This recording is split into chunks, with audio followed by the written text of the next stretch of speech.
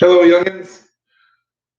Hopefully somebody jumps in for the end of the stream, but in case you are seeing this later on, I'm Cristal Barajas. You should all know me. If you have the link, it should be students, but anyone that is so inclined can jump in. Today we are going to be doing 20,000 Leagues Under the Sea. We're going to start today, and I'm going to be reading one chapter a day, doing just some brief analysis and brief explanations from here until the end of the school year, which is next month on the 20th.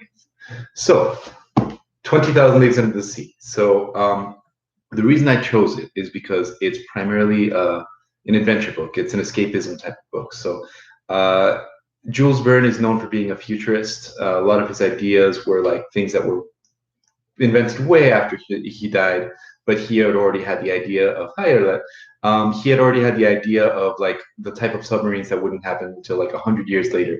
And so today we're just going to be getting started with the first chapter. You guys feel free to jump in, ask any questions as you'd like, and then at the end, if you have anything that you'd like to share, add, or anything like that. I feel like this is a little bit easier than doing Google Hangouts. Most of you guys had trouble with that, so this one you just jump on, type any questions in the chat, and I'll be stopping by to like check that out as we go. So, 20,000 Leagues Under the Sea, Jules Verne, Chapter 1, A Runaway Reef. The year 1866 was marked by a peculiar development, a baffling, bewildering phenomenon that surely nobody has forgotten. Without getting into some of the rumors that troubled civilians in the seaports and muddled public thinking even far inland, it must be said that professional seamen were especially alarmed. Traders, ship owners, sea captains, skippers, and master mariners from Europe and America, naval officers everywhere, and at their heels, the various government officials of the two continents were all disturbed by the business. In essence, over a period of time, several ships had met up with an enormous thing at sea, a long, spindle-shaped object that sometimes gave off a phosphorescent glow that was infinitely larger and faster than a whale.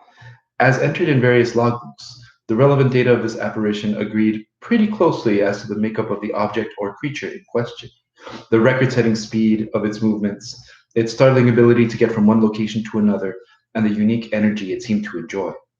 If it was that of a cetacean, which is the root word for whale, so if it was that of a cetacean, it certainly exceeded the bulk of any whale classified by science to that day.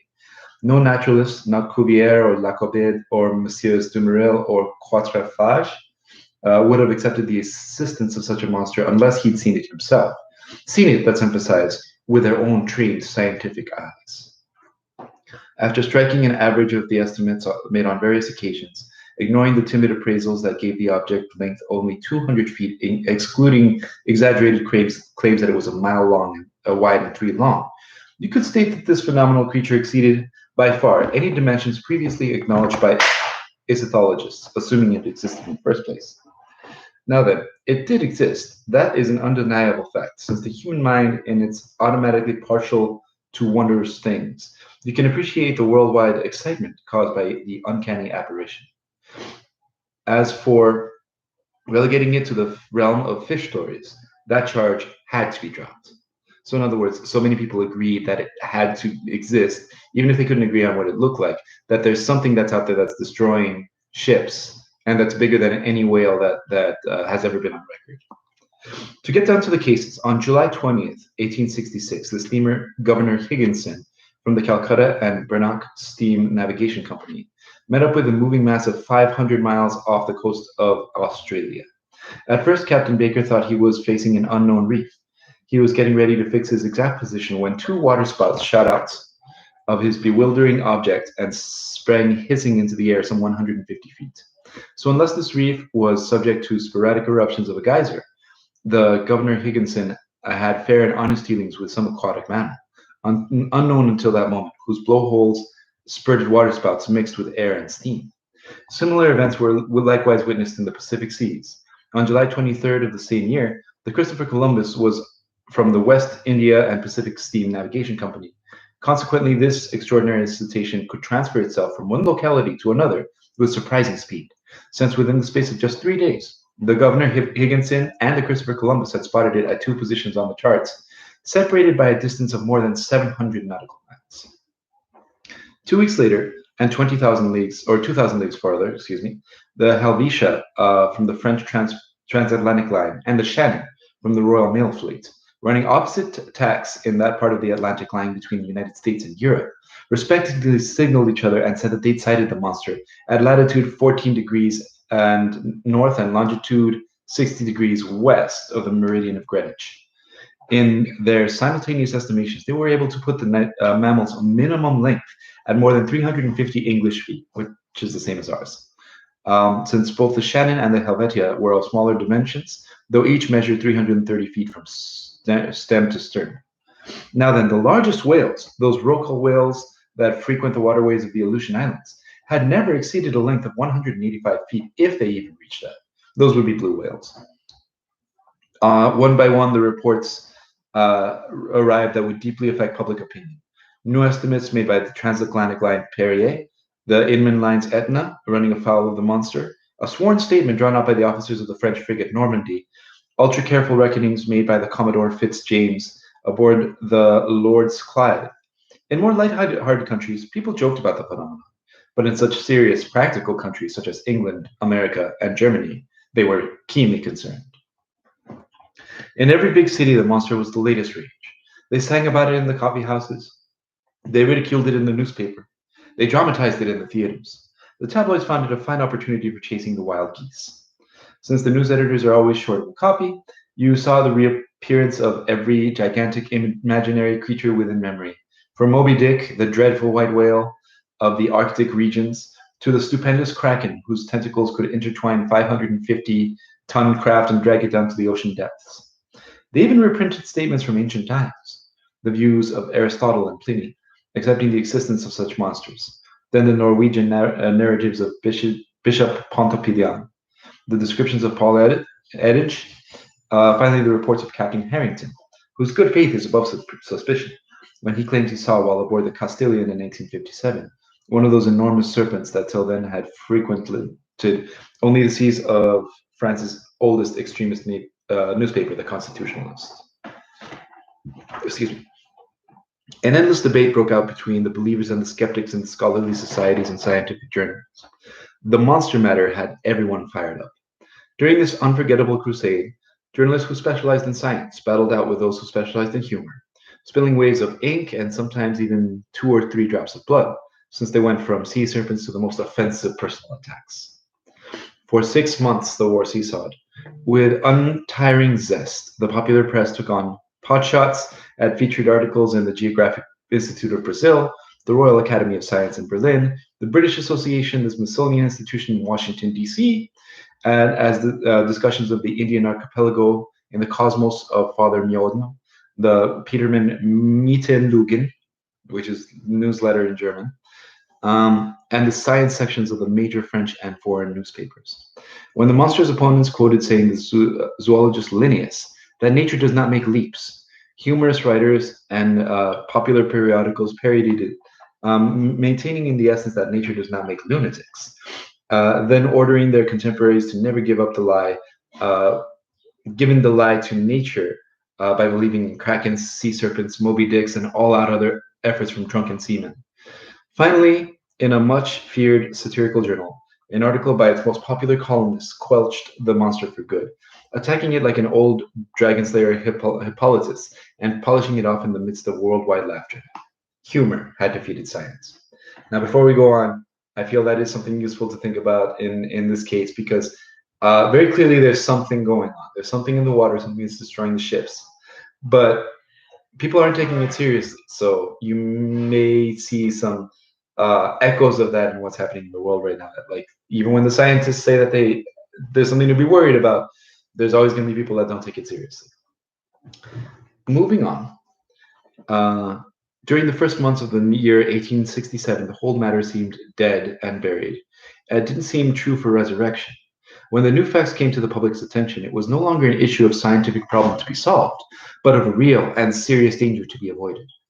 The matter took a completely new turn. Once again, the monster became an islet, a rock, a reef, but a runaway reef, shifty and hard to pin down. On March 5th, 1867, the Moravian from the Montreal Ocean Company, lying during the latitude of 27 degrees longitude and 72 degrees latitude, ran its starboard quarter afoul of a rock, not marked on any previous charts of those waterways. Under the combined efforts of its 400 horsepower steam and wind, it was going at a speed of 15 miles an hour. If its hull hadn't been of exceptional quality, the Moravian would surely have cracked open from the impact and gone down along with the 237 passengers it was bringing back from Canada. This accident happened about 5 in the morning, just as the day was beginning to break. The officers on watch rushed to the craft's stern. They examined the ocean with the most scrupulous care. All they saw was the strong eddy about a third of a mile away, as if the sheets of the water had been forcefully churned. They took to the site's exact bearings, but the Moravian continued on its course apparently undamaged. Had it run afoul of underwater rock or wreckage from some huge derelict ship? They couldn't say. But when they examined the underside of the service yard, they found that part of its keel had been smashed. Though this event was tremendously serious in itself, it might still have been forgotten like so many others if, 3 weeks later, it had not been duplicated under identical circumstances. Only this time, thanks to the nationality of the ship victimized by this new ramming, and thanks to the reputation of the company to which this ship belonged, the development caused a huge uproar. There isn't a soul alive who hasn't heard of the famous English ship owner Cunard. In 1840, this shrewd businessman launched a postal service between Liverpool and Halifax, using 3 wooden ships with 400 horsepower paddle wheels and a burden of 1,281 tons. 8 years later, the company increased its assets by adding another 650 horsepower ships at 2,006 tons, and 2 more years, 2 other vessels of still greater power and tonnage.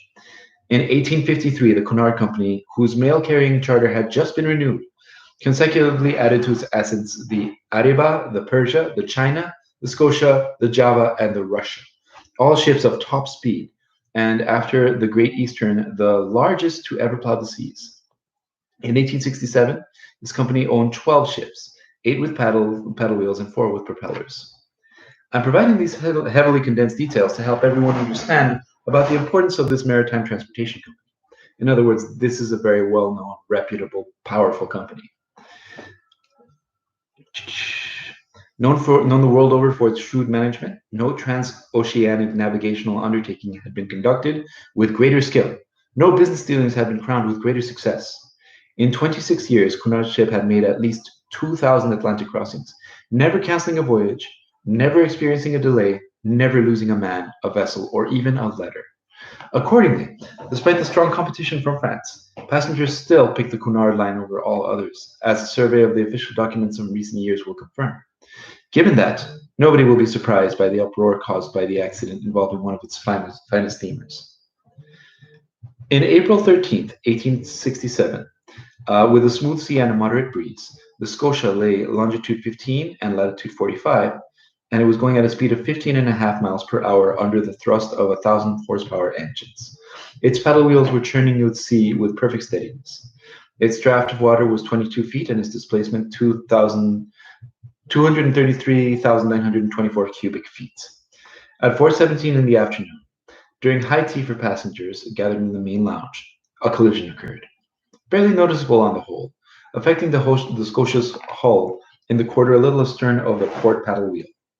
The Scotia had not run afoul of something. It had been fouled, and by cutting or puncturing an instrument rather than a blunt one. This encounter seemed so minor that nobody on board would have been troubled by it, if it hadn't been for the shouts of the crewmen in the hold, who climbed up the deck yelling, "We're sinking! We're sinking!" At first, the passengers were quite frightened, but Captain Anderson hastened to reassure them. In reality, there could not be any pressing danger.